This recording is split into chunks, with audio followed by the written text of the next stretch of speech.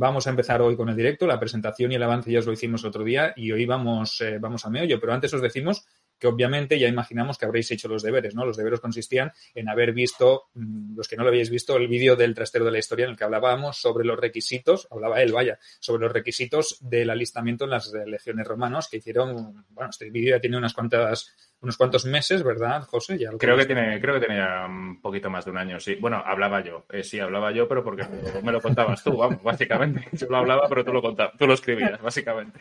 Bueno, pues allí se explica un poquito los requisitos. Hoy los repasaremos porque creo que es una parte importante, pero bueno, los que hayáis hecho los deberes, pues más o menos ya sabréis de lo que vamos a hablar. Pero hoy vamos a os vamos a enfocar desde un punto de vista un poco más amplio, más general, porque aquel vídeo era un capitulito muy, muy breve y eran 8 o 9 minutitos donde se daban 4 pinceladas. Pero hoy vamos a profundizar un poco más en el alistamiento o en el reclutamiento, ¿no? Y el siguiente programa hablaremos, seguramente, si vosotros queréis, del tema del entrenamiento en sí, ¿no? De cómo se formaba un legionario una vez ya había sido reclutado. Y en el tercero, cómo combatía ese legionario, cómo aplicaba las técnicas que le habían enseñado en el entrenamiento. O sea que, como veis, es todo un proceso que se concadena, ¿no? Primero, el alistamiento. Segundo, el entrenamiento. Y tercero, la aplicación de esas técnicas. O sea que yo creo que estos 3 directos van a ser muy técnicos, sobre todo muy novedosos, porque mucha gente se dará cuenta, a lo mejor sí que conoce algunos rasgos, pero no conoce detalles de los que os vamos a hablar, porque como ya sabéis, Ángel siempre explica temas y nos trae cosas más llanas, más del pueblo llano, porque a lo mejor no se conoce tanto la vida del legionario, ¿no? Cómo vivía, pero lo más importante, cómo llegaba el legionario a ser reclutado, que para mí eso me parece que es algo importante, y sobre todo los orígenes, de dónde procedía y cuál era el mejor tipo de recluta. Sí, no, como dices, vamos a hablar ampliamente de esto, vamos a hacer algún debate, te voy a hacer alguna preguntita para ver si has estudiado, Sergio. No, las cosas como son. Y no, como dices, a mí siempre me gusta ver las cosas desde este otro punto de vista, ¿no? Y en este caso, vamos a empezar justo antes de que este hombre sea recluta. ¿Qué significa para un muchacho de 16 años tomar la decisión de abandonar todo lo que conoce? Estamos hablando de una sociedad en la que ahora tenemos internet y sabemos cómo son yo no he ido nunca a Madrid, pero sé cómo es Madrid y puedo conocer las calles, incluso me puedo hacer un recorrido por las calles de Madrid sin haber ido nunca. Bueno, he ido un par de veces, pero me refiero sin conocerla bien, ¿no? Antes no existía. A una persona que vivía en Saguntum le decían que existía una ciudad al norte que se llamaba Barcelona, y se lo creía, pero tampoco sabía muy bien ni a qué distancia estaba, ni cómo era la ciudad. Y para ir allí suponía unos cuantos días y no sabía muy bien dónde iba. Pues estamos hablando de Saguntum a Barquino, pero si en vez de Saguntum va a la colonia Ulpia Claudia, o va a Novae, o va a Nicodesia, o va, yo qué sé, a Antioquía, no se lo puede llegar ni tan siquiera a imaginar. ¿Cómo se puede imaginar un íbero de Saguntum o un ciudadano romano de Saguntum, depende de la época, cómo es Siria? Es imposible. Pues todavía aún así decide abandonar todo lo que conoce e ir hacia Siria o hacia nosotros, Sergio, hacia Egipto, que es nuestro alegría, por un paraíso de destino, ya te lo digo yo, ¿no? Living la vida loca en Egipto, en Nicomedia, ¿eh? En Nicópolis, perdón. En Nicópolis de Alejandría, allí, vamos, está que no veas. Básicamente esta gente, al haber oído al tener estas referencias de Egipto o de otras zonas del imperio, eran básicamente aventureros, porque solamente lo habían oído porque le habían oído a algún otro mercader o algún otro comerciante o lo que fuera, y vamos, no se hacían a la idea, porque claro, a ti te pueden contar mucho, pero hasta que lo ves, ya... Sí, piensa, por ejemplo, que estarían, imagínate en la época de Plinio, ¿no? Que ellos han leído Plinio el Viejo, por ejemplo, y igual se creían que las mujeres egipcias parían todas a los 8 meses. O que los perros bebían sorbo a sorbo y se alejaban para que no se lo comieran los cocodrilos. Quiere decir que no tenían información de dónde iban, ¿no? ¿A qué les motivaba esto? Lo que les motivaba a ir a estos sitios solía ser normalmente que tenían una mala vida, o si no ya una mala vida, sí una vida sin más futuro. O sea, ellos decían, yo me voy a levantar por la mañana con el sol con mi padre, voy a hacer, en el caso del agricultor, voy a cultivar la tierra y con el sol me voy a acostar. Mi vida va a ser la granja de al lado, una mujer, casarme con ella, y ella va a vivir igual que mi madre y yo voy a vivir igual que mi padre, y eso va a ser mi hijo. y eso va a ser mi nieto, es esta monotonía de vida, esta vida siempre igual, pues igual algún hombre decía, yo quiero algo más, ¿no? Y habría oído en alguna cantina, Sergio y yo somos mucho de ir a las cantinas y de engañar a todos estos bisoños, el ejército se vive de bien, no se hace nada, está muy tranquilo, se gana un montón de dinero, 1.200 sestercios al año. Que esto es una burrada, no vas a tener tiempo para Oye, pero eso entonces se producía, ¿no? El tema del reclutamiento funcionaba un poquito así, ¿no? Llegaba a tal pueblo o a tal ciudad o a tal colonia, llegaba un veterano o un centurión o un séquito de legionarios y, bueno, y vendían allí la moto al personal porque realmente sí que era necesario, pero claro, era más sencillo en el sentido de que el aspirante a recluta realmente sabía que tenía más a ganar que a perder porque su vida realmente no era algo que le aportara a él ninguna aspiración, ¿no? Entonces la Legión sí que te ofrecía todo aquello que una vida civil no te podía otorgar, pese a que luego tú podías llegar a perder derechos siendo militar respecto a ser ciudadano, ¿no? O sea, que no era lo mismo, ¿no? Porque la disciplina de la que hablaremos también más adelante también repercutía, ¿no?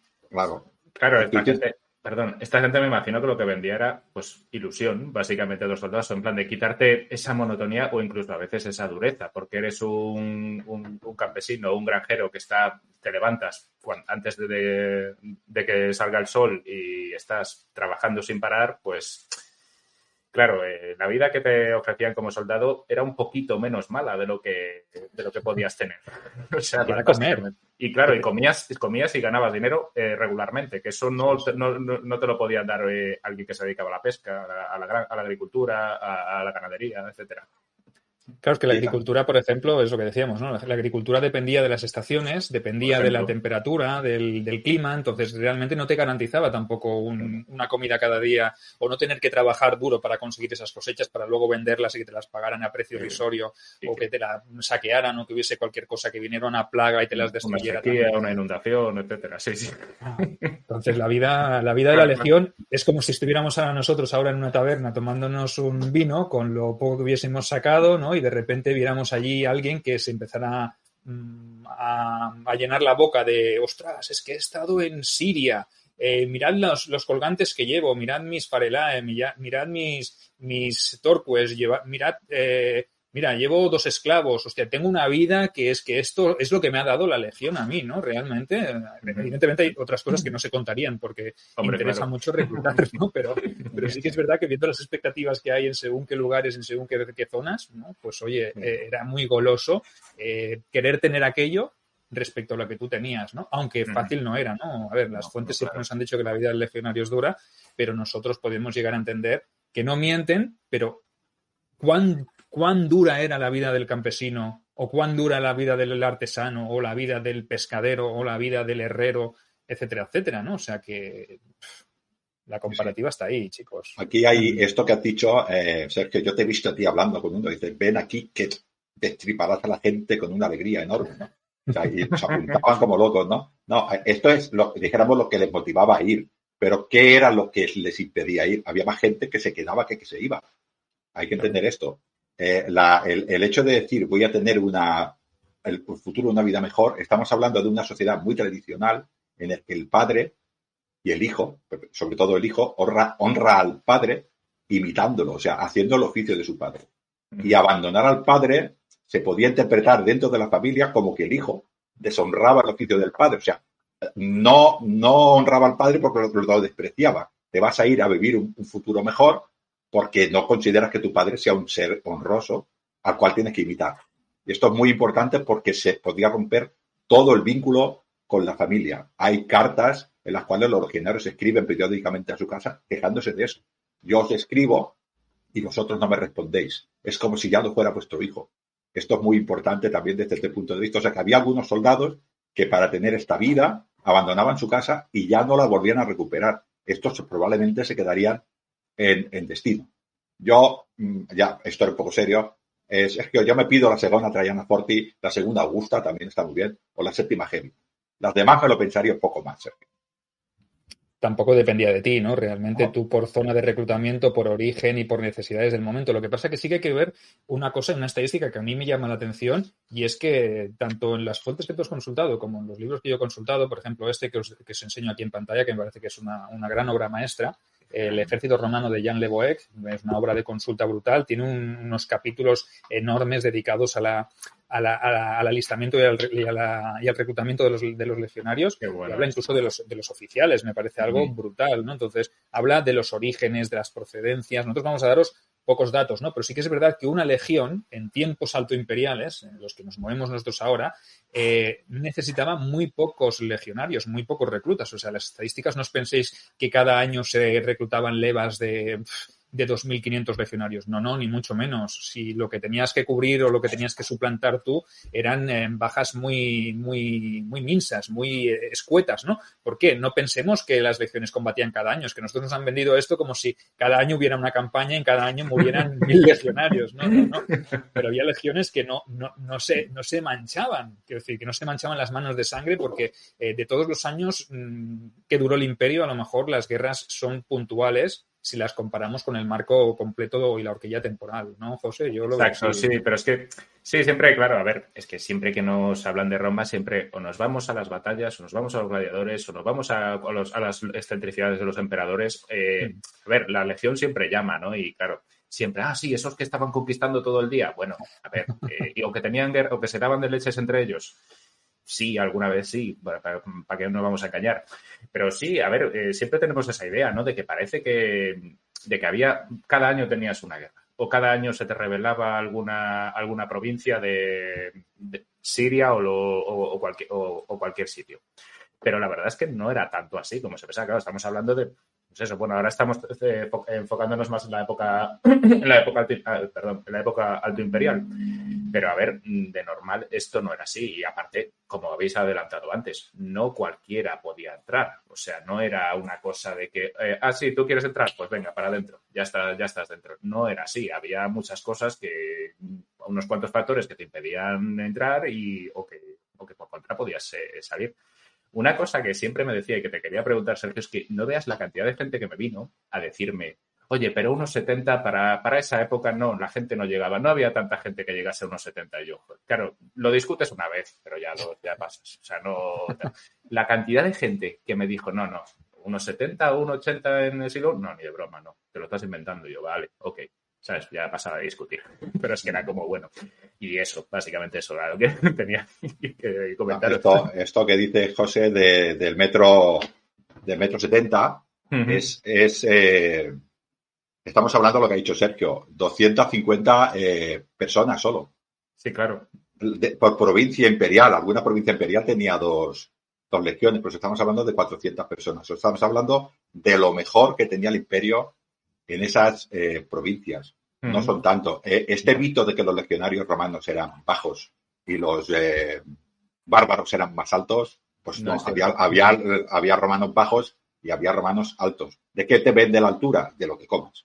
Exacto. La altura de lo que comas, porque la raza es la misma, con lo cual... Y otro detalle que me parece importante, porque en el Alto Imperio, en el siglo II después de Cristo, esos germanos, esos galos, que antes eran enemigos de Roma y eran más altos que ellos, ahora son ciudadanos romanos. Pasan a ser, y ahora engloban las legiones, o sea, son población autóctona, se le considera ciudadano romano, por tanto, tiene acceso a esa legión. Entonces, si hablamos del reclutamiento en el siglo III antes de Cristo, ¿vale? O en el siglo II, en tiempo de las guerras púnicas, a lo mejor sí que el legionario romano podía medir unos 65, unos 70, unos 75. Y sí que es verdad que a lo mejor se enfrentaba a galos y a germanos o yo que sé, a tribus de otras partes del limes o más allá del limes que sí que eran más altos y les superaban en tamaño. Pero en estos tiempos en los que nos movemos, sobre todo a partir del Principado, ¿vale? Los tiempos de Augusto en adelante, nos encontraremos que el reclutamiento se hace cada vez más lejos de Roma. O sea, cada vez son menos los itálicos que entran a formar parte de las legiones. Que esto es un dato que me parece muy, muy interesante. ¿Por qué? Porque ya no tiene ese caché. Ya no es lo mismo que antes. El ciudadano itálico ya está por otras cosas. Ya se considera romano, tan romano de tantas generaciones que el que tiene que ir a servir a Roma es otro. Él ya se ha ganado la ciudadanía mediante sus padres o su abuelo, su bisabuelo, su tatarabuelo que combatió en las guerras civiles durante la época Flavia, ¿no? Por ejemplo, por decirlo de alguna manera. Entonces, y según avanza el tiempo durante el Imperio, de Italia cada vez menos, ¿no? Cada vez menos y bueno, hasta ya al final que ya hay muchos mercenarios formando parte de... En pleno siglo III después de Cristo, en la época de las grandes crisis, de ese periodo del que no hablamos de la anarquía militar, el reclutamiento se hace en las fronteras. Se hace en Panonia, en Germania, en Siria. Entonces, parece que cada vez menos ciudadanos romanos de la zona central, es decir, de provincias como Hispania, Galia o Italia, se dedican al oficio de la legión. Entonces, hay que ver eso también. Incluso la propia Guardia Pretoriana se alista de una manera muy diferente también. El reclutamiento de la Guardia Pretoriana es muy interesante porque, en principio, solo se hace con ciudadanos del centro de Italia, ¿vale? De Etruria, Umbría, Campania, Lacio. Con el paso del tiempo ya se va un poco expandiendo hacia Italia, pero es que hasta el siglo III, hasta finales del siglo finales del siglo II, ¿vale? Sí. Cuando aparece el Septimio Severo y él trae a su guardia Panonia y Liria, no se produce un cambio en la Guardia Pretoriana por unas necesidades X. Pero sí que es verdad que en este siglo III asistimos a un fenómeno diferente. Y en el segundo, esos germanos y esos galos ya son ciudadanos romanos. Por lo tanto, esos ya son reclutables. Claro, es lo que habéis comentado al principio, ¿no? Que esta ilusión que te vendían, pues de la misma manera se la vendían a la gente que acababan a las nuevas provincias diciendo, mirar Roma o somos de aquí, igual puedes pasear por ahí, o sea, tu destino puede estar cerca de Roma o puede estar en la península, ¿no? O que te puedes ir a servir por allí cerca. O sea, me refiero que esa ilusión, así como también te la vendían para salir, también podía ser que te la vendiesen para estar. Sí.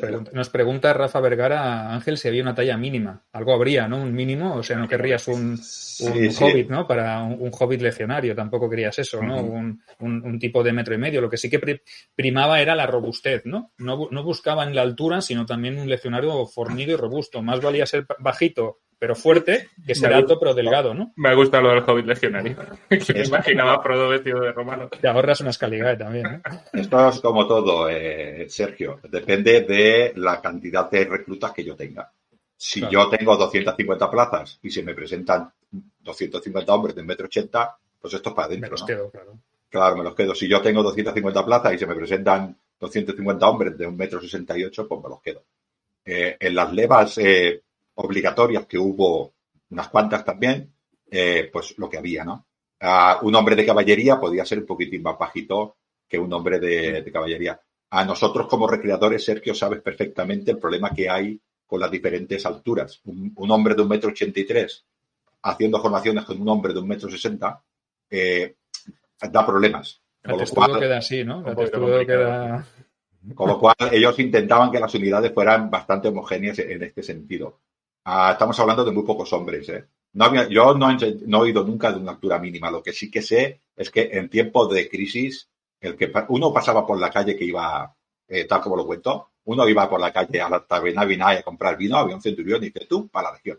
Y el otro decía, oye, pero... En origen eran voluntarios, ¿no? En origen, el primer reclutamiento se hace con voluntari, ¿no? Con gente que se presenta voluntario, pero en momentos de necesidad, como puede ser al inicio de una campaña o en el momento en el que la peste antonina asola en el imperio y luego tienes que hacer frente a las guerras marcomanas, ¿no? A esas invasiones por parte de las tribus germanas del otro lado del Limes, Marco Aurelio se vio obligado no solo a reclutar a gente forzosamente, sino que también se vio obligado a llevar a los vigiles, a las cortes urbanas, a los pretorianos y a coger a todos los libertos que podía. A todo lo que se movía, a todo lo que se movía. ¿Fue Marco Aurelio el que llevó gladiadores, el que llegó a reclutarlos o no? Sí, ¿no? Sí, ¿no? Que llevó gladiadores, ¿no? Incluso Marco Aurelio se llevó a los vigiles, se llevó a las cortes urbanas, pero por ejemplo, Augusto, cuando pasó el desastre de Teutoburgo, cogió a libertos, lo metió en la legión y los mandó para allá. O sea que en el año de los 4 emperadores también se reclutaron legiones. Quiere decir que cuando es urgente, el primero que pasa por la calle para adentro. Que fue Galba, ¿no? Viendo cuando se le venían encima, ya puso un ejército bastante grande de gladiadores. No sé cuánto fue la cifra, pero era bastante top.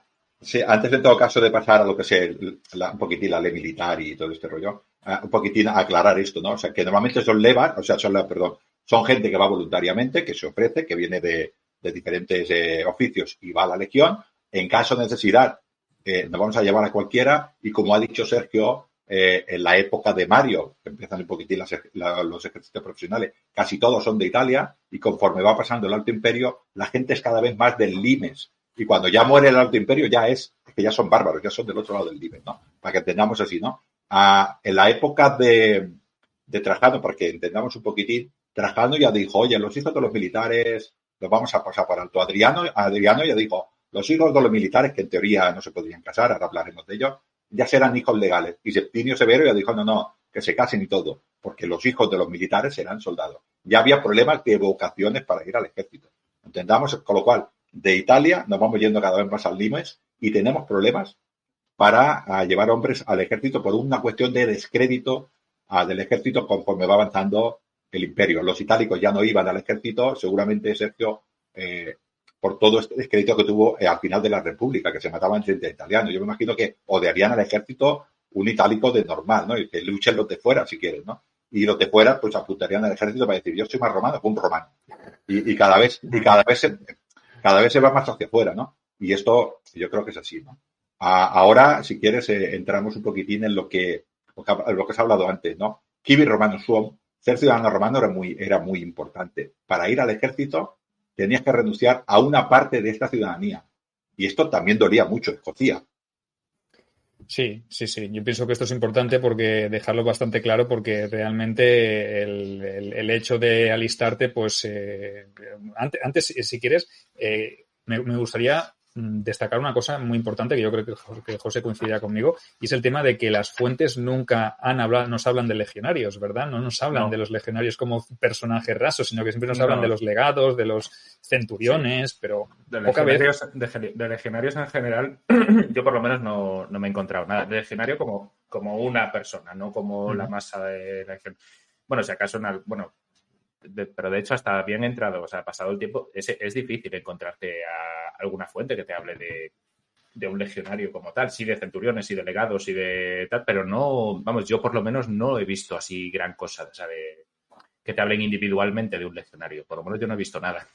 No, te hablan de unidades, de la legión tal, de la legión cual, comandada por tal, a las órdenes de tal general o de tal cónsul o de tal, ¿no? Pero sí que es verdad que el único ejemplo que a mí me viene a la cabeza, que creo que coincidiréis conmigo, es en la Guerra de las Galias, Julio César sí que nombra a dos personajes, que son dos centuriones que se pelean por a ver quién es el que más bajas inflige en el enemigo. Y seguramente os sonarán los nombres, porque los que habéis visto la serie Roma de HBO seguramente que os sonarán, ¿no? De ahí sacan precisamente los nombres de los personajes, de esos dos protagonistas poco antagónicos, ¿no? Que son quizá la base de la serie Roma de HBO, que son Tito Pulo y Lucio Boreno, que tienen otros nombres similares también, Pulón y Boreno, ¿no? Que son dos centuriones que pelean hasta la extenuación para ver quién es el que más enemigos abate, ¿no? Y eso sí que es verdad que Julio César los nombra por sus nombres, por su praenomen, nomen y cognomen, que esto también es muy importante, pero eso es quizá una excepción, y porque era César, ¿no? Porque César quizá era un hombre diferente al resto de los grandes prohombres de Roma que escribieron, ¿no? O que nos dejaron registros sobre batallas y sobre guerras. Sí, es un poco, no hablan de los hombres de la élite, no hablan de los soldados romanos, es simplemente por prejuicio, porque los consideran inferiores, los consideran directamente inferiores. Piensa que Vegencio, que es el que nos habla de él, tiene una frase que dice: la experiencia nos demuestra que hay en los hombres, como en los perros y los caballos, signos evidentes por los cuales descubrir sus virtudes. O sea, observa. Esto nos dice él, ¿no? Y luego los reclutadores miraban a estos hombres y valoraban mucho lo que se llama la simplicitas y la imperitia, o sea, la simpleza y la ignorancia. ¿Cómo van a hablar de ellos? Si ya los consideran seres inferiores. A ellos les interesan los oficiales, los mandos. Los hombres de verdad, los otros son, pues sacrificables, para que nos entendamos. Estoy pensando que esto era un poquito, pues como también les pasaba, pero incluso peor, que les pasaba también al tema, a los gladiadores, que no se les consideraba. Y si nos damos cuenta, de los gladiadores solo sabemos por sus epitafios, salvo de Spiculus, que nos dan varias fuentes, pero que tampoco sabemos gran cosa. Es un poco similar en ese sentido. Sabes que tampoco, también sacrificables, aunque incluso menos. No, pero obedece un poco más. Yo pienso que no hay que mirar, o yo pienso que no hay que ver la simpleza como estúpido. No. Es más que nada la simpleza en el sentido de que cuanto más inocentes sean, más maleables son por la propia legión. Sí, más moldeables, sí. Correcto. Entonces tú lo que quieres es un tipo que tú le digas, coge una espada y mata allí, y que no se lo cuestione, ni tenga ningún dilema moral, ni tenga ningún dilema de si esto es justo o no es justo, sino que realmente para el reclutador, para el centurión, para el tribuno, para el decurión, para el oficial que comande esa unidad, lo que quiere son hombres que tengan inocencia, porque así se los pueden moldear a su gusto. Sí, en el sentido... y que no tenga luego el cargo de conciencia para que luego esté. Sí, vamos, básicamente. Sí, es que volvemos otra vez a lo que hablábamos de los perjuicios. La ignorancia, nosotros no la tomamos como un insulto, pero la ignorancia no es un insulto. La ignorancia es el desconocimiento de una cosa, eso es neutro. A veces la felicidad. Claro, no, pero es la ignorancia. La ignorancia tú eres ignorante. Bueno, sí, yo soy ignorante de muchas cosas. Cosas. Yo estoy muy de acuerdo con esa frase de que es la base de la felicidad muchas veces. Sí, porque a veces cuanto menos sabemos, ¿no? Cuanto menos sabemos y menos conscientes somos de lo que nos rodea, pues más felices somos. Cuando nos dan esa información es cuando decimos, hostia, ¿quieres decir? Entonces se te caen los principios y tal y todo. Y otro prejuicio también importante, Sergio, ahora vamos, es el hecho de que el soldado raso cedía sus derechos ciudadanos. Ya es que no era un ciudadano, era un ciudadano romano que cedía parte de sus derechos, con lo cual empezaba a no ser ciudadano romano completo. Entonces, claro, desde el punto de vista de un hombre de la éter, pero ¿dónde va? Si lo más importante que hay en el mundo es ser ciudadano romano con derechos políticos, con derechos de migración, con derechos de honor, con derechos de ser elegido magistrado, con derecho a propiedad, con derecho a boda, con derecho... Y estos ceden a eso. Que cedía incluso algo tan sagrado para un romano como es el derecho a colegiarse, ¿no?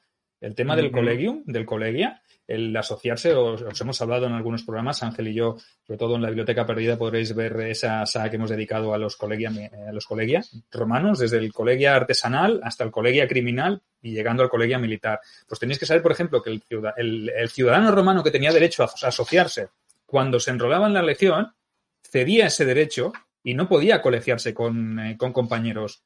Sí que se podía colegiar el suboficial y el oficial para arriba. Sí que existían los gremios de optios, los gremios de centuriones, los gremios de tribunos, los gremios de aquílices, pero no existía el gremio del miles, ¿vale? Los miles gregarios, los soldados rasos, no podían colegiarse, no podían tener una asociación con compañeros como... O sea, imaginaos, eso para un romano, yo pienso que eso es muy importante, porque la gente a lo mejor no es consciente de lo que significaba para un romano el tener derecho a poderse asociar. Entonces... otra limitación bastante gorda y que, bueno, de la que siempre se ha hablado, ¿no? No podían contraer matrimonio. Que esta era otra que... Bueno, tengo entendido que fue Severo, ¿no? Quien quitó eso, ¿no? Septimio Severo, el africano que había quitado esa prohibición, ¿no? De hecho, creo que viene luego Pero vamos, es un tema que sí que es cierto que a mí siempre me causó como un poco, a ver, ¿podían o no podían? Podían en una época, sí. luego Septimio Severo quitó o luego volvió. Sí. ¿O cómo? Augusto prohibió el matrimonio de los soldados de los miles gregarios a matrimonio legal. Vale. Evidentemente, los soldados se unían en concubinatos y en contubernios, sí, con esclavas o con mujeres libres, porque los legionarios matamos bárbaros de 3 en 3, pero tenemos corazón. Entonces nos enamoramos de las cosas como son. De la vida, ¿eh? De la vida del bárbaro. La vida al bárbaro hay que matarlo y a la bárbara si hace falta cualquier cosa, pero a nuestras mujeres pues las queremos. Entonces vivimos con ellas. Estos hijos eran hijos ilegales, porque el matrimonio no era legal y para ser ciudadano romano el matrimonio tiene que ser legal. Cuando estos hombres acababan su servicio, se casaban legalmente con esa mujer y esos hijos serían, pues ya serían legales. Incluso no podían ni heredar. Poquito a poquito ya se fue haciendo así. Ya Trajano ya dijo, bueno, de una manera rara escribís a la mujer y podrá heredará a los hijos, pero a través de la mujer. Y esto ya lo permitió. Claro, mi duda, y yo creo que la de la gente aquí es un poco, a ver, si tú, por ejemplo, un legionario en el servicio se acostaba con otra mujer y tenían un hijo, y luego una vez se licenciaba y terminaba el servicio, ¿ese hijo podía heredar? ¿Ese que había tenido durante el tiempo? Ya era ciudadano romano. En el momento que acababa el servicio, ya estaba todo, representa, ¿no?, que cumplía con su servicio en la legión y él podía contraer matrimonio oficial y era reconocido su hijo como ciudadano romano. Entonces su hijo ya podía servir en las legiones. O sea, que era como una limpia, ¿no? Sí, básicamente. Es verdad que en tiempos de Trajano él hace un poco la vista gorda, Adriano ya da un paso más y en tiempos de Septimio Severo dice, bueno, yo soy un emperador militar, yo me baso mi poder en las legiones y si quiero que las legiones me obedezcan, tengo que ganarme su respeto. ¿Y cómo me gano su respeto? Pues con cosas tan sencillas como permitir que los legionarios se casen durante su vida legionaria y su mujer pueda ya tener derechos y sus descendientes también puedan ser reconocidos como ciudadanos romanos. Para mí eso es una jugada maestra. En un momento complicado es una jugada de un jaque mate total, ¿vale? Porque lo que hace es ganarse la lealtad de sus hombres. Y ponerse en contra al Senado, sí, pero es que a Septimio Severo ya al Senado se la traía bastante. Le daba igual, sí.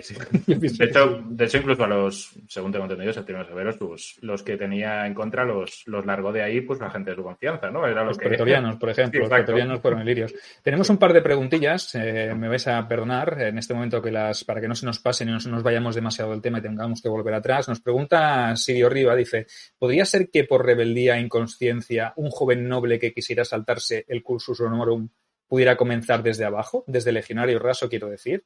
Imposible. Imposible. No. La sociedad romana era muy clasista. Imposible. Otra preguntita. Un comentario que nos dice aquí Maribel, dice, lo que motivaba el oficio de las armas era la paga que atrae a una élite física e intelectual de las poblaciones locales, se idealiza su forma de vida y se intensifica el reclutamiento en la región, acabando todos en romanización. O sea, sí, lo de la paga es interesante también, porque también fue evolucionando. Bueno, obviamente a partir de Severo, como bien has dicho, la paga aumentó y ya con Caracalla ya fue aquello, es el despipote, el acabose, sí. Todo el mundo quería ser legionario, ¿no? Sí. Pero sí que es verdad que en estos tiempos de Trajano sí que es verdad que un aliciente para la gente, dinero, sí, y pues para la gente, sobre todo la población no romanizada o menos romanizada, el aliciente para obtener la ciudadanía romana era pasar por los auxilia, ¿vale? En este caso por las tropas auxiliares, porque las tropas auxiliares tenemos que verlas también como un reclutamiento similar, incluso más masivo, ¿no? Porque como había tantas unidades de reclutamiento, tantas unidades auxiliares que servían en las fronteras, lo que hacían era, tú te reclutaban, por ejemplo, en la zona de Cantabria, en el Cantábrico, que era una zona menos romanizada. Allí contrataban o reclutaban un montón de gente para una LAE, para una corps auxiliar, y lo que hacían era enviarla a Britania, a Germania. O sea, los enviaban lo más lejos posible de su zona de hábitat. ¿Por qué? ¿Por qué respondía todo esto? Pues cuanto más lejos estaban, más romanos se volverían, ¿no? Porque no tendrían el aliciente ese de sentirse cercanos a su zona de origen, ¿no? Entonces, también tiene su diciéndolo de otra manera, Sergio, lo que hacían era de la castra, su patria, su nueva patria, era el castra, ¿no? Y ¿cuántos volvían cuando acababan? De auxiliares, pocos. Claro, es que ¿cómo quedaba? O sea, tú imaginaros ahora que la esperanza de vida, partimos de la base de que la esperanza de vida en el mundo antiguo no era la que tenemos ahora, ¿vale? Entonces, realmente, si yo tengo 16, 17, 18 años y me reclutan, me voy 25 años de servicio, cuando vuelva o cuando quiera volver, siempre y cuando haya podido mantener una correspondencia con mi familia, lo más lógico es que cuando yo acabe mis años de servicio, primero que ya esté muy asentado en la zona donde he estado, entonces me establezca allí porque me concedan unas tierras en la zona.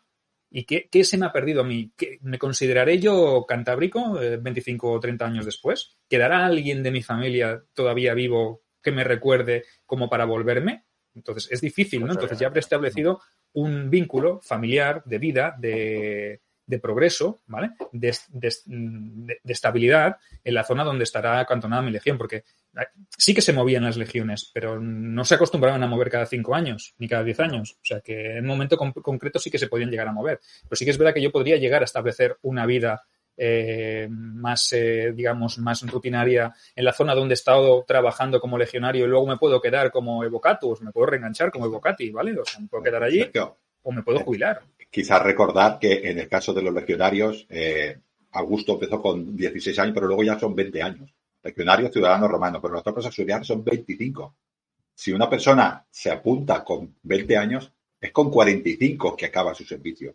Con 45 años ha hecho toda su vida, habrá conocido allí personas, seguramente tendrá pareja y ya abandonar. Es que es muy difícil. Estamos hablando era una manera de romanizar. Ese soldado que era auxiliar, será ciudadano romano cuando salga de la legión y evidentemente querrá ser el más romano de los romanos porque es un nuevo romano.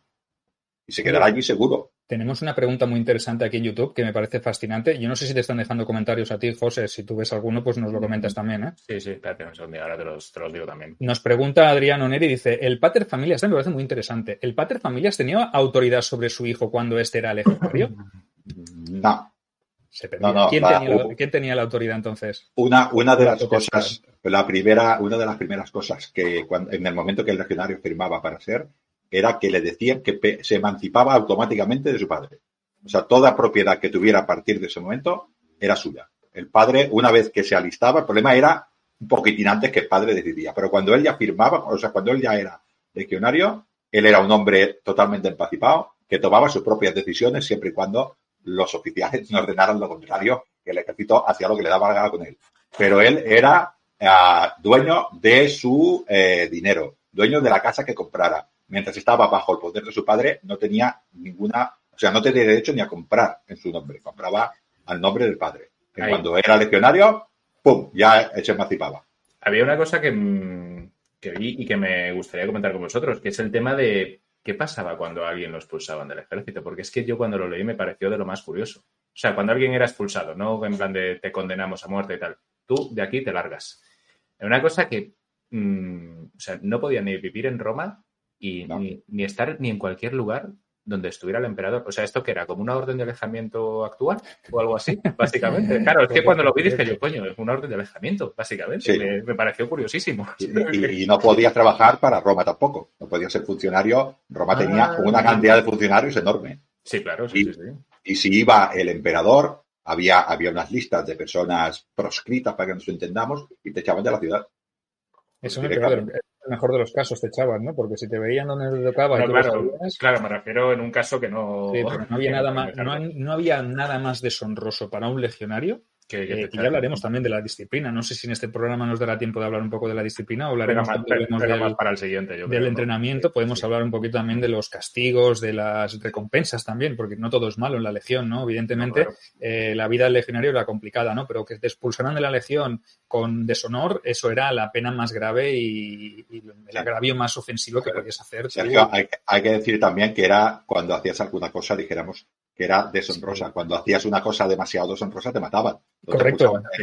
Y la propia disciplina, ¿no? O sea, para que te echaran tenía que ser grave, pero no lo suficientemente grave como para que te mataran, ¿no? Entonces, imagínate, hay todo un rango de castigos y de gravedad de los delitos e infracciones, porque también se regían por un código disciplinario interno, como ocurre hoy en día también con el ejército. Hay un código y una jurisdicción interna dentro de los propios militares que se les puede juzgar por un propio, pues están los tribunales, los consejos de guerra, estos que hacen, ¿no? Porque realmente proviene todo esto de la disciplina de los ejércitos antiguos, donde estaban un poco al margen de la ley civil, ¿no? Entonces, separación de poderes jurídicos. Esta pregunta que han hecho el oyente de allí en YouTube es muy interesante, el hecho de que se emancipaba del padre, ¿no?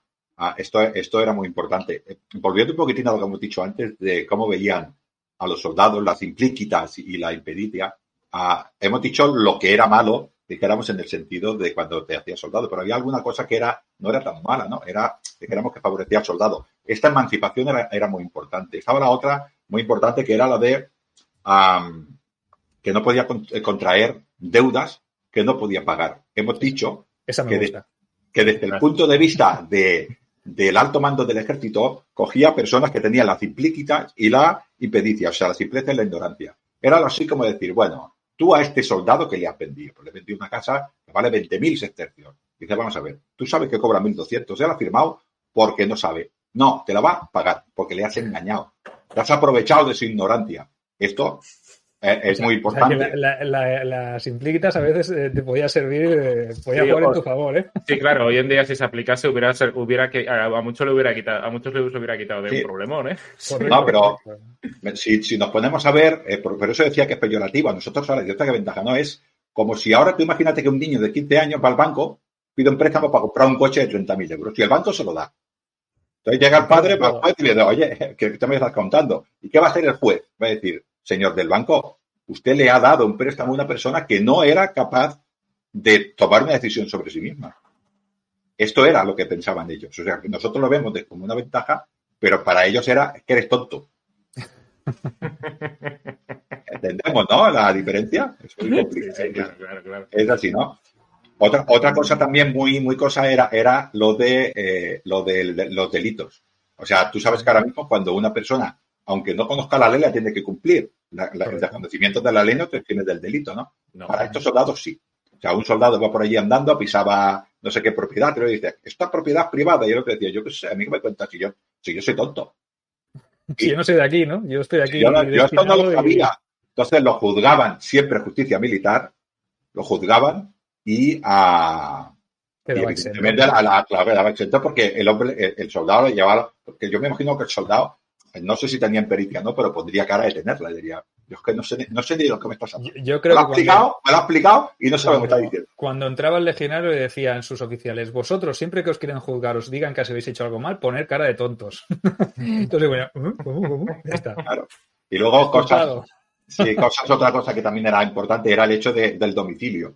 ¿Cuál es el domicilio del soldado? Cuando yo estoy en mi casa y me juzgan, me mandan un burofax o me viene aquí en Cataluña, donde viene el mozo, te corta la carta y dice, preséntate tal día en el juzgado, si no lo vas a pasar mal.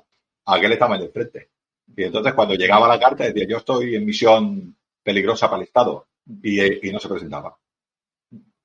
¿Qué voy a dejar? ¿La bandera? ¿Voy a dejar el águila para ir a Roma a un juicio civil? ¿Estamos locos o qué? Claro, su domicilio en teoría era su destino, ¿no? Donde estaba destinado, su campamento, donde estuviera. Ese era el domicilio del legionario. Claro. Yo me imagino allí llegándole la citación de las autoridades civiles, sí. la coge el optio de guardia o el centurión de guardia y dice, ¿qué es esta mierda? Más por culo de aquí. ¿Sabes? Vete de aquí, hombre, que no te quiero ver. Que no se te ha perdido nada aquí, que te recluto, que te recluto, le dice al que viene a entregar la notificación. Bueno, hay ventajas y desventajas, evidentemente. Nadie dijo que fuera sencillo, pues sí que es verdad que valerse de estos privilegios, ¿no? Pues son privilegios, al fin y al cabo. Son ventajas respecto a lo que pierdes como ciudadano, por ejemplo, por poderte asociar, poder optar a una carrera pública, ¿no? Porque tampoco un ciudadano que se presenta al ejército, un legionario, renuncia a poder presentarse también a cargos públicos y a ejercer cualquier tipo de magistratura, ¿no? Que también tiene su tampoco quiere decir que un ciudadano, que un legionario, un recluta legionario pudiera presentarse por condición social, ¿no? Porque tampoco presentarse a una magistratura no es nada sencillo, ¿no? Pero sí que es verdad que existían estas ventajas, estos inconvenientes que me parecen muy, muy importantes. También había unas limitaciones, ¿no, Ángel? Unas limitaciones, la que hemos dicho, la de no casarse, sí, la de no colegiarse. Tampoco podías representar a nadie en un juicio y luego pues las penas por cualquier delito eran muchísimo más duras. Hablamos en algunos programas el hecho, por ejemplo, de ser ciudadano romano. Plinio el joven tiene cartas, hemos hablado antes, Sergio, de Plinio el joven que tiene cartas a Trajano cuando era gobernador de Bitinia Ponto y nos habla, por ejemplo, del caso de unos ciudadanos romanos, que en este caso eran cristianos, y dice, oye, estos son ciudadanos romanos y son cristianos, no los puedo matar, te los mando para Roma porque tienen derecho a que tú los escuches. Estamos hablando de que los ciudadanos romanos no podían ser, entre comillas, matados tan fácilmente. Un soldado, en su juramento, decía, no, que Roma puede disponer de mi vida, o sea, me podéis matar sumariamente sin ningún problema. Es un tema que luego, si queréis, para terminar el directo, leer algunos de los juramentos porque me parecen brutales, ¿eh? O sea, yo luego al terminar el directo en un ratillo, o sea, a mí me parecen increíbles los juramentos que hay por aquí.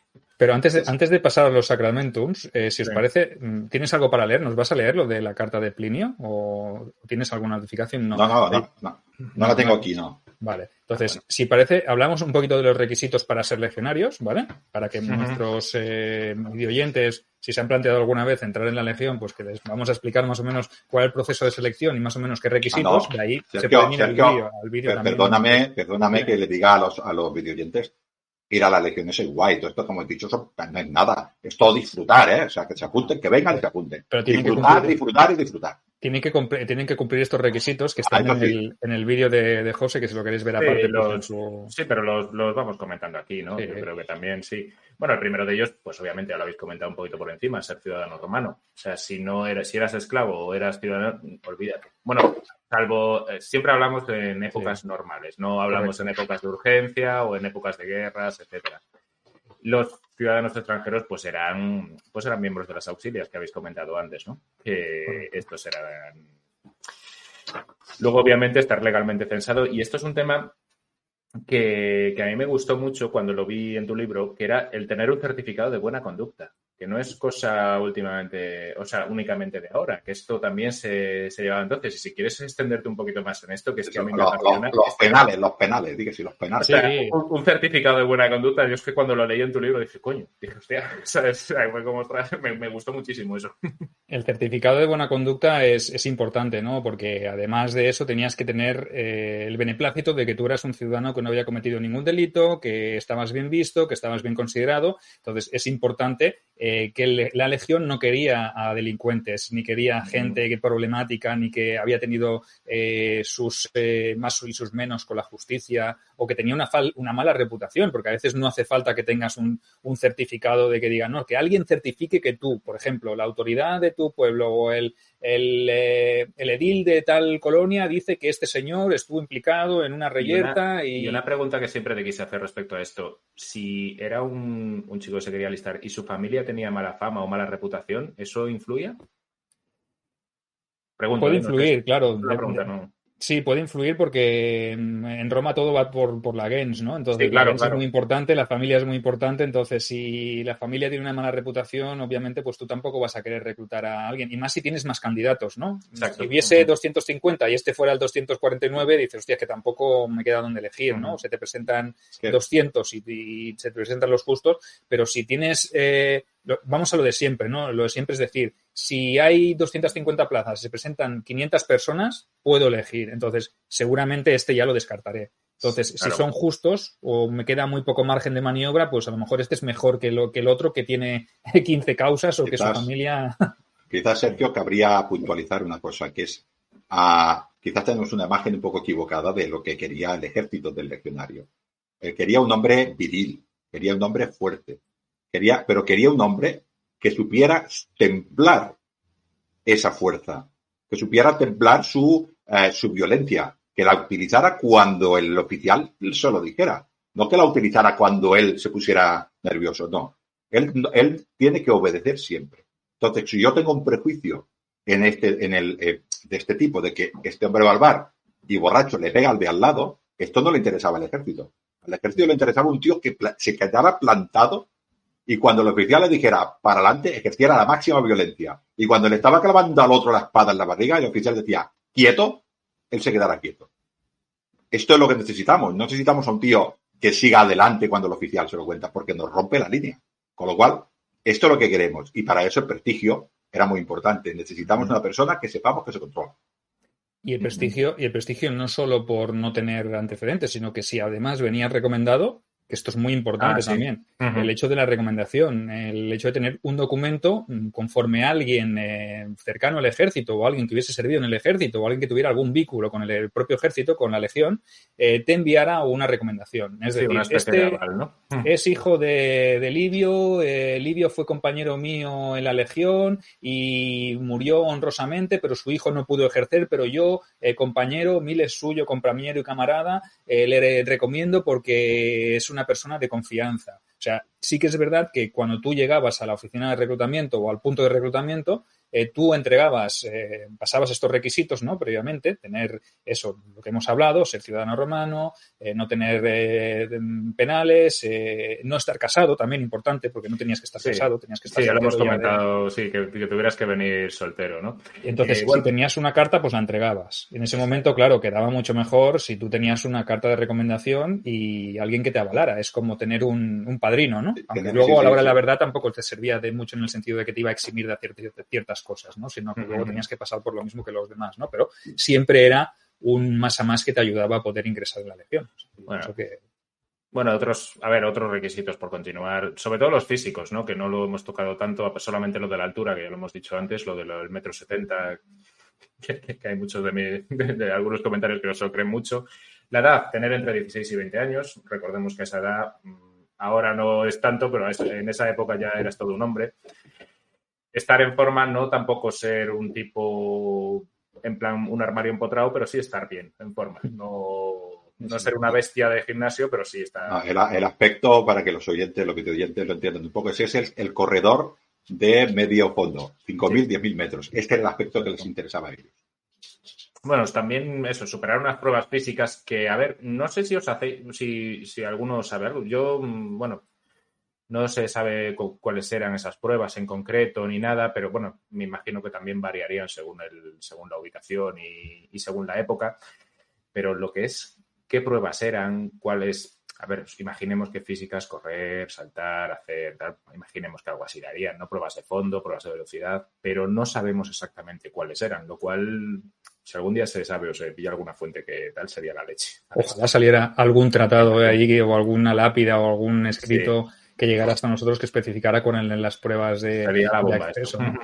Pero bueno, más o menos es eso, ¿no? Que supiera también montar a caballo, que bueno, me imagino también tener agilidad para subir a un caballo, que luego en lo que es el entrenamiento ya veremos qué pruebas se les hacían en el entrenamiento. Así que hay más detalle, ¿no? Porque en el entrenamiento ya se hacían cosas más concretas, ¿no? Entonces, sí que es verdad que mínimo que yo entiendo que los echaras al agua y no se ahogaran, que por lo menos se pudieran mantener a flote, ¿no? Sí, pues ya les enseñarías tampoco que fueran Michael Phelps ni Usain Bolt, pero hombre, que supieran estar... A ver, otra cosa que también quiero tal y que me gustó mucho fue el reconocimiento médico que se les hacía. Que claro, estamos acostumbrados a verlo en películas, en series o leerlo en libros, que vemos que solamente les miran la dentadura. Que sí, que claro, que obviamente se les mira la dentadura, sí, obviamente. Pero también había muchas más cosas y, a ver, una de ellas era, por ejemplo, pues eso, que olieras bien porque a veces es síntoma de buena o mala salud. Pues eso, mirar hasta las partes bajas que tenían, cómo caminabas, cómo estaban físicamente, cómo eras. No sé, vosotros sabéis más de esto, pero sí, vamos, es que yo lo vi, era mucho más completo, la verdad, de lo que muchos se imaginan. 2 testículos, ¿no? En tiempos de Trajano por lo menos tenía que tener 2 testículos. Sí, esto me parecía maravilloso. O sea, es como hombre, con 2 exactamente. Muy bien, tenías que ser un bir. Hay que tener en cuenta que cuando yo tengo una persona que tiene un color amarillento, yo ya sé que está enferma. Si tiene rojo los ojos, yo sé que está enferma. Si tiene asimetrías en el cuerpo, yo sé que ha tenido una enfermedad seria en la infancia y eso me puede provocar que no tenga pues todo este requerimiento físico que a mí me interesa. Si anda con un pie más largo que el otro o más corto que el otro, esto me va a provocar que en 30 kilómetros de marcha, con 30 kilómetros encima, vaya a tener dolores que igual no puede soportar y no puede seguir el ritmo. Es cuestión de mirar este tipo de cosas que a ellos les interesaba. O sencillamente observar el hueso, que si tiene alguna rotura y se le ha vuelto a unir, con lo cual la persona experta, yo no lo soy, pero la persona experta te toca y es capaz de ver que aquí hay una unión y ahí tienes una posible debilidad en cualquier hueso del cuerpo y que se puede volver a romper, ¿no? Todo esto lo miraban, con lo cual el hombre que entraba a la legión ya era un hombre de 1,70 m y que ellos consideraban para sus criterios sano. No entraba cualquiera, rechazaban a gente, claro. Bueno, y cuando se reunían todos los requisitos, pues se presentaban pues ante las autoridades locales, debían certificar que habían tenido un buen comportamiento, como hemos dicho antes, y que eran aptos para el servicio. Entonces eran enviados a las capitales de provincia, donde se les hacía el primer examen físico, se certificaban los documentos, se hacía entrega de un primer estipendium o dieta consistente en este caso en unas cuantas monedas para pagarse el viaje y eran enviados al cuartel general de la Legión a la cual habían sido adscritos, que normalmente este dinero, ¿verdad? Que nunca llegaba con el No, esto era paga, yo lo he oído, Sergio, yo sé que tú no lo has hecho nunca, porque tú eres centurión de una legión importante y esto no lo has hecho nunca. Esto era la paga de 3 meses de la legión. Te la daban, dice, tú ya vais gastando por el camino. Pero a mí me lo ha contado mi amigo Silanus, y lo dice Silanus es que es verdad. El de Baétulo, ¿no? El de Baétulo, dice que fue a Tarraco, él fue a Tarraco y allí se apuntó, cumplía todos los requisitos físicos y le dijo, ahora tienes que ir a la Castra Legio, a León. Y el hombre le dijo, pues yo de aquí a León no sé ir. Y allí hubo un oficial que le dijo, tranquilo, vente conmigo. Yo te acompaño. A ti y a otros 20. Él iba acompañado de 20 legionarios armados hasta los dientes, estos medían 2 metros, daban susto al miedo estos. Y les dijo, ¿cuánto te ha dado el gobernador provincial? Y me ha dado 300 estercios. Dámelos que te los guardo yo.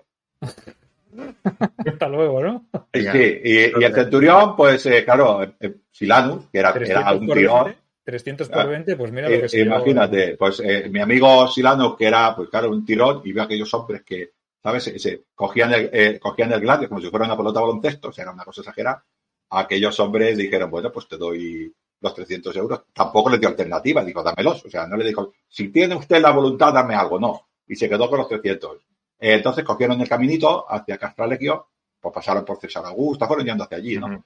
Y el centurión dormía, pues, en mansiones, en habitaciones de lujo, y ellos dormían en las cuadras, donde tienen que dormir los tirones, faltaría más. Hasta que llegaron allí a León. Y allá a León, pues, el centurión dijo, mira, qué suerte que habéis tenido el viaje, solo os ha costado 200 sestercios. Os ha salido barato. Y le dio 100. Hay otra cosa que a mí me fascinaba, y es que, a ver, una vez prestaban juramento, pasaban los trámites que os ha comentado Sergio y demás, una vez que pasaban este juramento, se les daba a su equipo, se les proporcionaba, pero lo tenían que pagar ellos. Por una simple razón, que lo que pagas tú, y a día de hoy sucede, lo valoras muchísimo más que cuando te lo regalan. Es que es así de sencillo, directamente. Sí. Una coraza que te has pagado tú es mucho más difícil que la pierdas que si te la han regalado. No la pagaban, sí, es cierto, no la pagaban en su integridad, pero claro, sí que tenían que aportar una cierta parte de su estipendio en túnicas y en coraza y en espadas. Sí. Esto es... Pasan muchos ejércitos también, que parte, aunque sea una parte simbólica, pues se da para ello. Sí.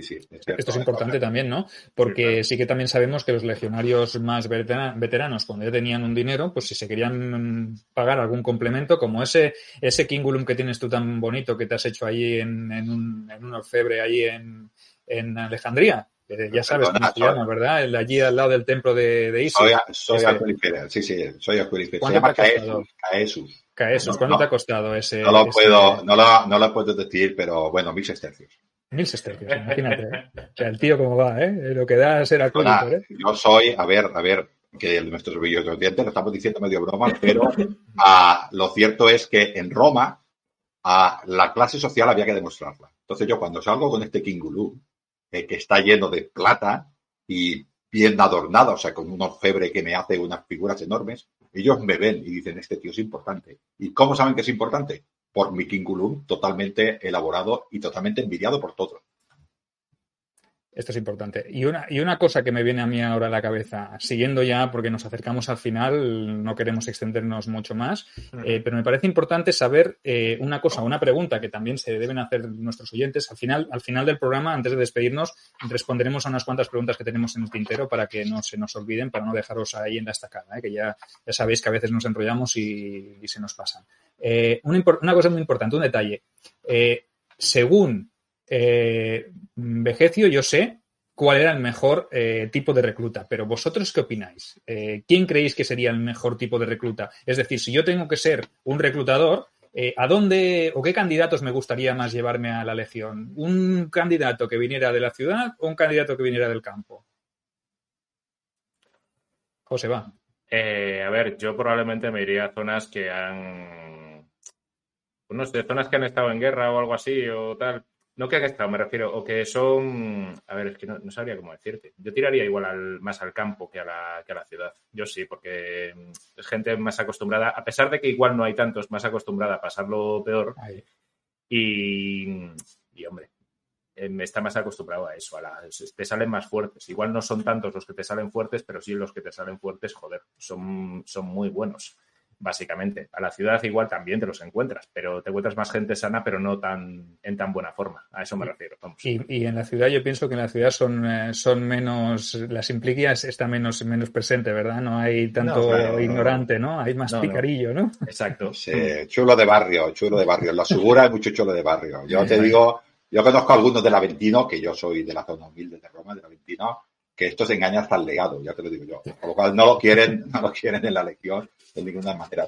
¿Qué nos decía Vegecio por eso? ¿Qué nos decía Vegecio? Vegecio lo dice él en su texto, dice, nadie, imagino, puede dudar que los campesinos son más capacitados para empuñar las armas, pues desde su infancia han estado expuestos a toda clase de climas y criados para el trabajo más duro.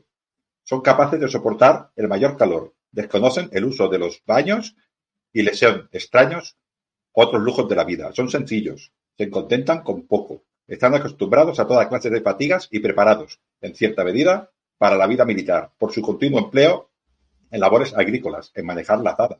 clavando zanjas y llevando cargas, soportando el sol y el polvo. Sus comidas suelen ser rústicas y moderadas. También nos dice que si se plantea, tenemos muchos legionarios de campo, y se plantea una larga expedición, que se acampen fuera de las ciudades, para que no se perviertan. Vamos, que lo que quiere decir un poco es que, oye, estos están acostumbrados a pasarlo mal, pero y a lo bueno se acostumbra uno muy fácil. Y eso es verdad. Y eso es verdad. Pero a lo malo no tan fácil te acostumbras. Y pienso que esto es importante, que el propio reclutador, ¿verdad?, que tenía que tener ojo. Yo pienso que el reclutador tenía unas directrices por parte de los altos cargos de la Legión, de decir, oye, sobre todo me interesa este tipo de legionario. Y el propio reclutador, que seguramente era un centurión experimentado, ¿vale?, que se le recompensaba yendo a hacer esta tarea para alejarse del frente y para vivir la vida loca y para llevarse estos estipendios que se les da a los tirones, a los reclutas, pues decía, yo ya sé qué tipo de legionario quiero y entonces yo ya los conozco porque los he entrenado y sé cómo quiero que sean estos hombres. Entonces, oye, yo pienso que esta es una experiencia, ¿vale? La experiencia es muy válida también en un reclutador. Yo, desde el punto de vista, yo lo digo desde el punto de vista de la docencia, como docente que soy, yo empiezo un nuevo curso la primera semana, la segunda semana de septiembre, ¿no? Depende de la zona de España donde estés. Y cualquier profesor que tenga un poco de experiencia, para el mes de octubre, finales del mes de octubre, ya sabe lo que va a suceder en el 95% con los alumnos de la clase. Esto te lo da la experiencia. Y estás todo el año intentando ver que estás equivocado y intentando ayudar a más, ¿no? Pero normalmente ya te huele bastante, ¿no? Pues estos tíos deberían ser centuriones con muchísima experiencia y los deberían de oler, ¿no? Nos dice lo que ha hablado antes, los soldados jóvenes deben tener la mirada despierta, llevar la cabeza erguida, su pecho debe ser ancho, sus hombros musculosos y fuertes, sus dedos largos, sus brazos fuertes, su cintura pequeña, sus piernas y pies tan derbudos como flexibles. Con lo cual... Lo que has dicho antes, está describiendo a una persona de 5 o 10.000 metros, sí.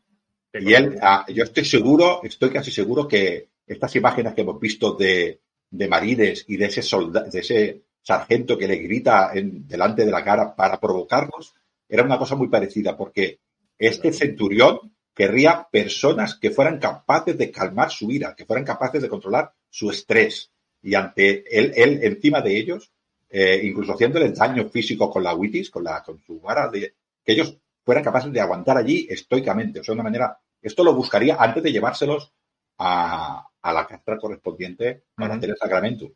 Sí, porque esto es la disciplina, ¿no? Pero esto ya hablaremos en el siguiente programa. Pero vamos a despedirnos hablando de... Bueno, antes de despedirnos, antes de hablar del sacramentum, quisiera hablar de los oficios, que también es importante, porque es algo destacado que el propio legionario, antes de ser reclutado, dijera a qué se dedicaba, ¿no? Porque el propio oficio podría ser algo muy relevante dentro de la misma legión. O sea, a mí como oficial me interesaría pues tener un tipo que fuera cazador, que fuera carnicero, que fuera herrero, porque luego eso me podía a mí reportar ventajas. Y a él también le podría reportar ventajas, como veremos, ¿no? Porque eso le convertiría en un inmune después, ¿no? Si hacía bien su trabajo, pues se le ¿cómo se dice? Se le recompensa. Sí, se le recompensa. Sí, o sea, se le recompensa, se le exime de ciertas cosas como guardias o lo que sea, y a cambio él ofrece sus servicios pues a la legión como herrero, como carnicero, como arquero para cazar, lo que fuera, ¿no? Entonces, esto es importante también. Las legiones intentaban ser autárquicas, o sea, suministrarse lo máximo posible a ellas mismas y depender cuanto menos posible del exterior. Eso era imposible, pero sí que lo intentaban. Bueno, pues para acabar, si te parece, hablaríamos luego al final de esto que hemos comentado antes, que José ha dicho que queríamos dejar para el final, que era el tema del sacramentum, ¿no? Es que me han flipado los juramentos, tío.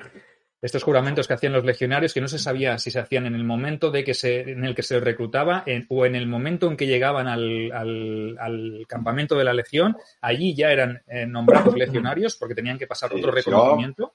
Entonces, allí sí que tenían que hacer por estas cartas maravillosas de Plinio el Joven a Trajano, por un asunto un poquito pesado, ¿no? Plinio el Joven con las cartas, un poquito bastante pesado. Pero bueno, hace una consulta de que, bueno, ha encontrado 2 esclavos que se han alistado y bueno, ahora hace una consulta sobre el hecho de que, bueno, se han alistado, ¿qué hacer con ellos, no? Y Trajano le contesta, ¿no? Pero lo importante es que en esta carta lo que dice es que su duda viene en que ya habían jurado lealtad a Roma y no estaban en destino, estaban en reclutamiento.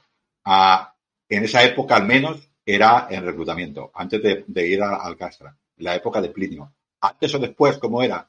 Pues no lo sabemos. Pues léenos estos sacramentums, de estos un par de ejemplos sobre sacramentum que tenemos.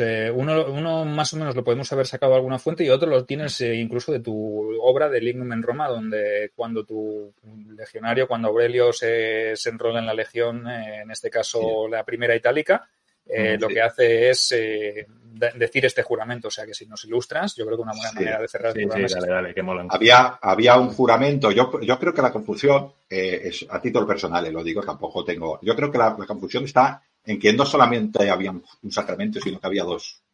Uno era el sacramentum a Roma, que es el que se hacía cuando el reclutador ya te veía. Tú hacías el campus de entrenamiento en destino antes de incorporarte, como lo antiguo CIR, Centro de Entrenamiento de Reclutas.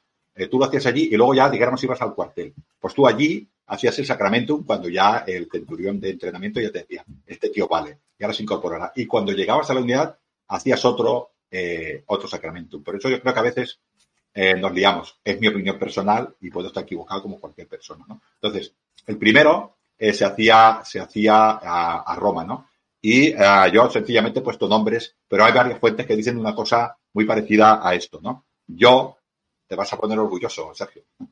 Yo, Silanus, soldado de la Legio Seconda Traiana Fortis, juro lealtad al emperador Cersa, Nerva, Trajano, Augusto. Juro que obedeceré a todos los que están al mando y que los seguiré contra todos los enemigos de mi patria. Me someteré a la ley militar, renunciando a la ley civil romana. Lo juro ante Júpiter, el mejor y el más grande. Esto es un modelo. Qué brutales, qué palabras más increíbles, que me encanta, tío. Esto es un modelo de juramento que habría muchos y probablemente cambiarían con cada unidad tendría lo suyo también, a lo mejor, dependiendo de la unidad a la que sirvieras o de la legión en la que fueras o de la zona en la que fueras reclutada, ¿no? O del propio centurión, ¿no? A lo mejor me decía, júrame aquí por Júpiter y vamos, y tira para allá, ¿no? A lo mejor, dependiendo del momento y el estado de ánimos, también jurabas de una manera o de otra, ¿no? Cuando llegabas al cuartel general, a lo mejor allí ya tenía que ser todo más oficial, ¿no? Entonces ya había un modelo más estándar, ¿no?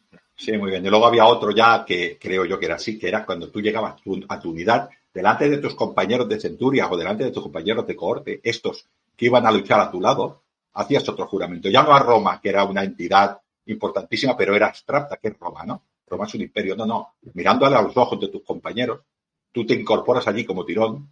Delante tuyo, en parada militar, tienes a todos los evocatus y a todos los veteranos curtidos en batalla, ¿no? Que son comilitones, tú todavía no has hecho absolutamente nada, ¿no? Eres un disquente, eres una persona que ya sabe algo, pero todavía tiene que aprender mucho. Y haces más o menos el siguiente. Este sí que lo he sacado directamente de mi libro Lignum, ¿no? Y dice, juro ante Júpiter Optimus Máximo, Marte y Victoria, que nunca abandonaré a los camaradas para salvar mi propia vida, ni abandonaré mi puesto en la línea de batalla, excepto para recoger un arma, atacar a un enemigo o salvar a un compañero. Juro también que obedeceré siempre a los oficiales y suboficiales de mi unidad. Si no cumplo este juramento, mis comandantes pueden disponer de mi vida. Y lo que decíamos antes, eso donde nos lleva, aquello que decíamos de la disciplina, ¿no? Depende de lo que hicieras, pues ya no hacía falta que te juzgara nadie, ¿no? Fuera, que ya eras juzgado y lo mejor que te podía pasar es que te echaran del ejército. Lo peor, que se tomaran la justicia y que tus propios oficiales hicieran lo que quisieran con tu vida. Después de este juramento, a ti te ven corriendo en dirección contraria a la línea enemiga sin arma y el primer equite de caballería te mata. No hace falta ni que te hagas juicio. Porque tú has dicho que no ibas a abandonar la línea y que podías disponer de tu vida si no hacías eso. Brutal.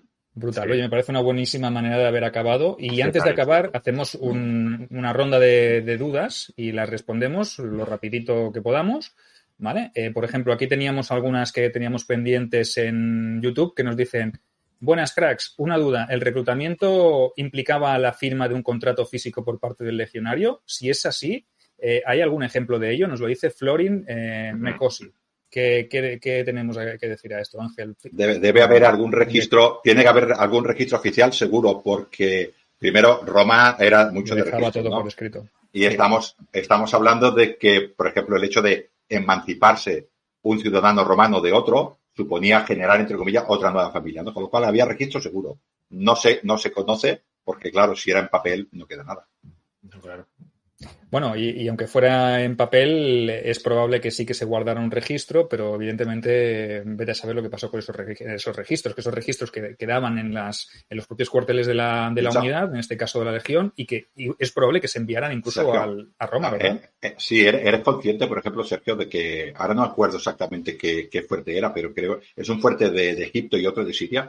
Se han encontrado documentos, que ya no son tan importantes, en los cuales se describen soldado de una unidad auxiliar lo que tenían que hacer durante ese día. Tienen que ir al campamento, tienen que hacer guardias, tienen que ir a escoltar a no sé qué oficial, tienen que ir a no sé qué carretera a vigilar todo, o sea, lo apuntaban todo. O sea, era todo era registrado, con lo cual una cosa tan importante como esta, seguro que también. Ahora, encontrar evidencias después de 2000 años es muy difícil. Yo no sé de ninguna. Este es el problema. Sí. Otra preguntita.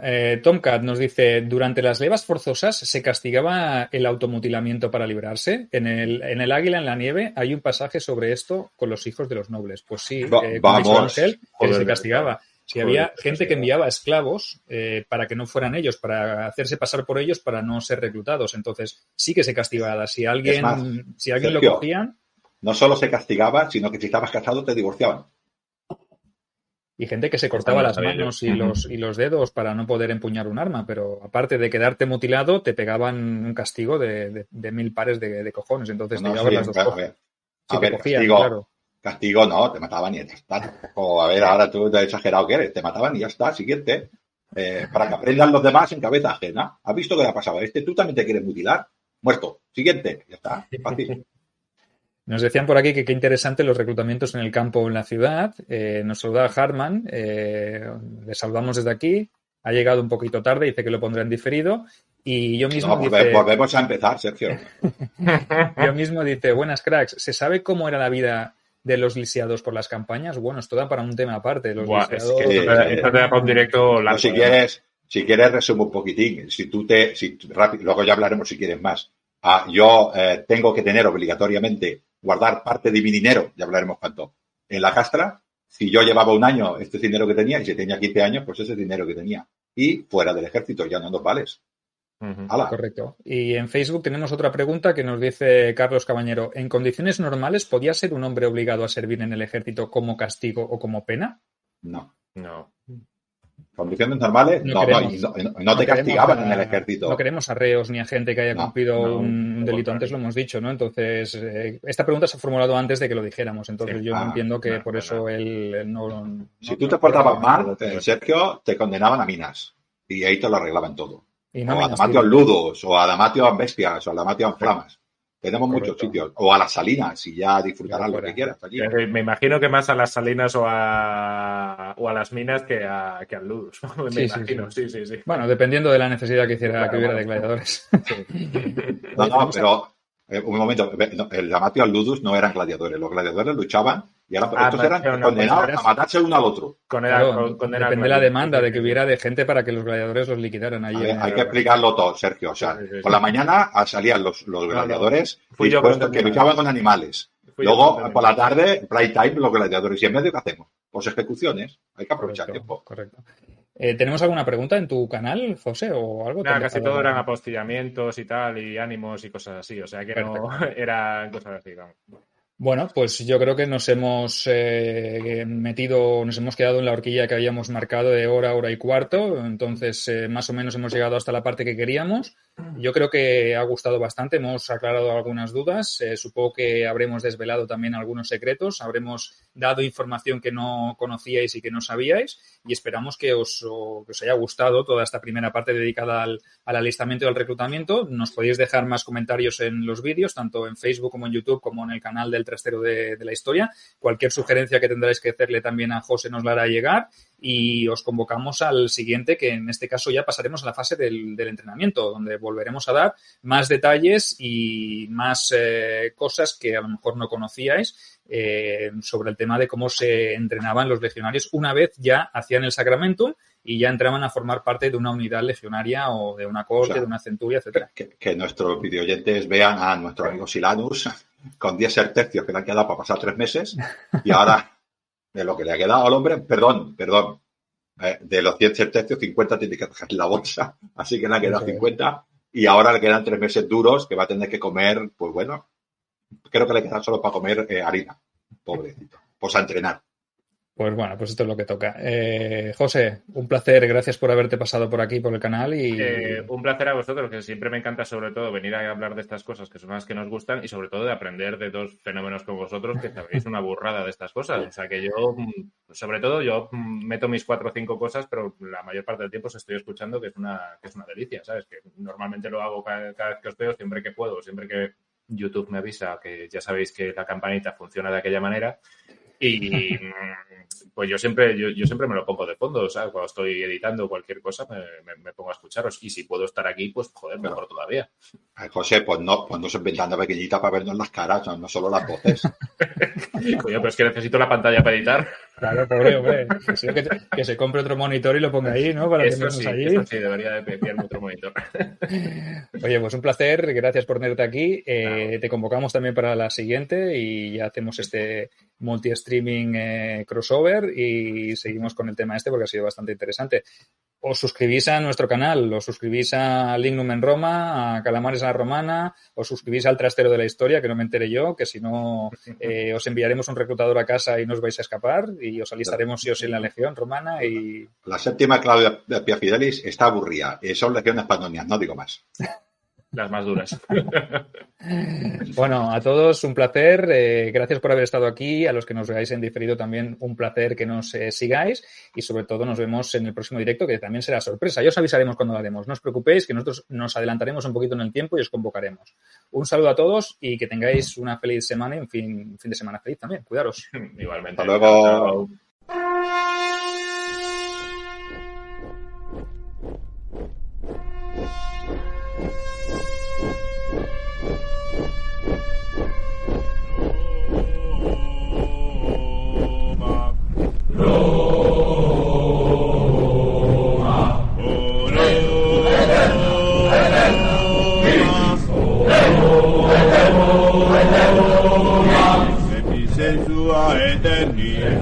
Sua eterni, corda nostra solum tibi, lepti sensua eterni, vita nostra solum tibi, Lego eterna, victis, Lego eterna, victis, Lego eterna, Lego eterna,